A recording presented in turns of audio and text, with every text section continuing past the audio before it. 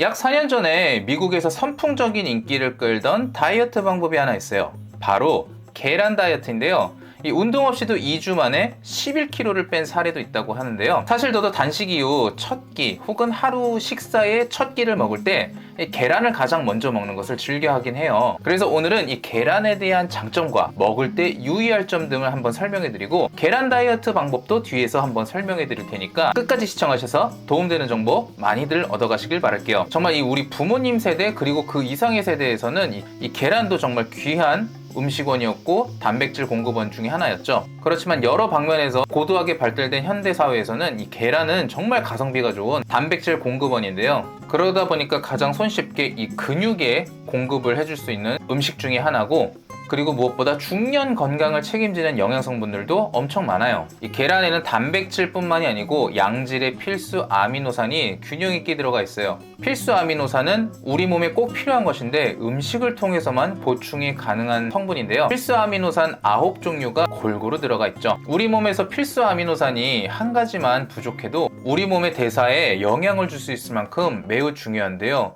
이 계란이 9가지 종류의 필수 아미노산이 골고루 들어가 있다는 사실은 정말 영양가 높은 음식이 아닐 수가 없겠죠. 그리고 무엇보다 이 계란이 또 좋은 점 중에 하나가 단백질의 소화 흡수율이 좋다는 거예요. 단백질 음식을 섭취하더라도 우리 위나 장기기관에서 흡수가 잘 이루어지지 않는다면 단백질이 영양성분으로서의 역할이 아무래도 떨어질 수밖에 없는데요. 그렇기 때문에 단백질이 우리 몸에 들어왔을 때 얼마나 잘 흡수되는지가 매우 중요해요. 많이들 아시다시피 계란인자에는 단백질이 많이 들어있는데 고기라든지 생선 그리고 콩류 등과 비교했을 때 체내 유용률이 94%로 가장 높아요. 단백질 섭취 때문에 잘 먹히지 않는 고기를 억지로 드시고 계신다면 한 번씩 계란을 드시는 것도 매우 중요하죠. 게다가 소화는 고기보다 계란이 더 잘 되는 편이죠.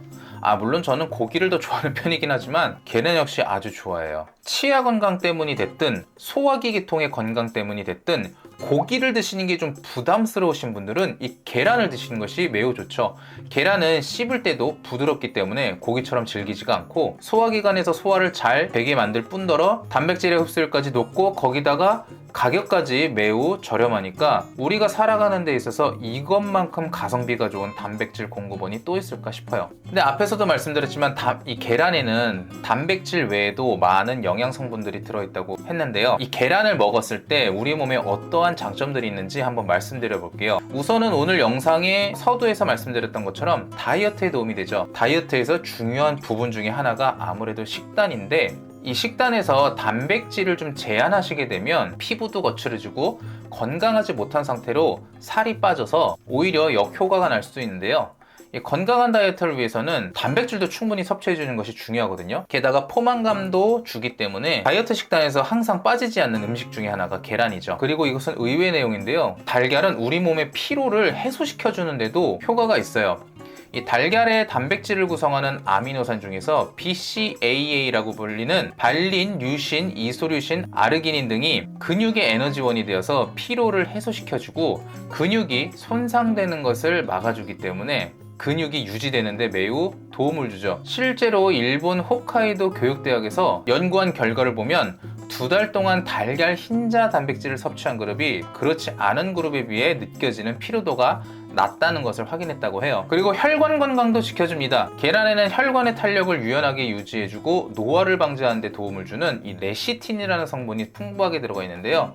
이 레시틴은 체내에서 거의 합성이 되지 않기 때문에 식사를 통한 섭취가 필요한데 달걀을 드시면 이 부분이 해결이 돼요. 그래서 계란을 가까이 하시면 뇌졸중과 심근경색 예방에도 아주 큰 도움이 되고요. 노른자의 콜레스테롤이 높아서 노른자는 빼고 먹어야 된다라고 또 오해하시는 분들도 있겠지만 콜레스테롤이 무엇인지부터 개념을 잡고 보시면 오히려 노른자를 좋아하시게 될 거예요. 이 콜레스테롤에 대한 부분은 제가 이전 영상들에서 다뤘기 때문에 제 영상들을 한번 참고해 보시면서 특별히 콜레스테롤 조절이 필요하신 분이 아닌 분이라면 계란 노른자까지 같이 드세요. 그래야 계란이 함유하고 있는 영양소를 우리가 전부 섭취할 수 있고 흰자만 먹는 것보다 훨씬 건강에 도움이 되거든요. 그리고 치매 예방에도 도움이 된다고 해요. 이 달걀은 하루에 2알 정도 드시면 뭐 적당한 양이라고 하고요. 저는 뭐 하루에 3-4개도 먹어봤는데 저는 아직까지 그게 문제가 되기는커녕 오히려 더 좋았던 것 같아요. 그리고 뭐 후라이로 해 먹냐 삶은 달걀로 먹느냐 뭐 그런 조리법에 대한 부분은 영양소 파괴되는 부분에서 큰 차이가 없다고 하니까 요거는 기호에 맞게 드셔도 괜찮습니다. 그리고 후라이를 할 때는 뭐 올리브유나 버터라든지 그런 좀 좋은 기름으로 해주시는 게 건강에 더 좋겠죠. 계란을 정말 자주 드신다고 하면은 가격이 조금 나가더라도 무항생제로 드시는 게 조금 더 좋을 수 있어요. 아무래도 무항생제가 아닌 제품들은 장기간 섭취했을 때 우리 몸에 어떤 영향을 미칠지 알 수 없기 때문에 무항생제가 아무래도 좋겠죠. 그러면 계란을 먹을 때 주의할 점 뭐가 있을까요? 계란이 이만큼이나 좋다고 말씀드리니까 아무렇게나 드실 경우에는 좀 문제가 될 수 있겠죠. 어떤 경우가 있죠? 아침에 계란 후라이 하시고 이걸 식빵과 함께 드시는 경우죠. 게다가 식빵에도 몸에 좋지 않은 햄이라든지 잼이라든지 이런 걸 발라서 같이 드실 경우에는 당연히 문제가 되겠죠. 계란을 먼저 드시고 나서 그 다음에 탄수화물을 먹는 식으로 순차적인 방법으로 먹을 때는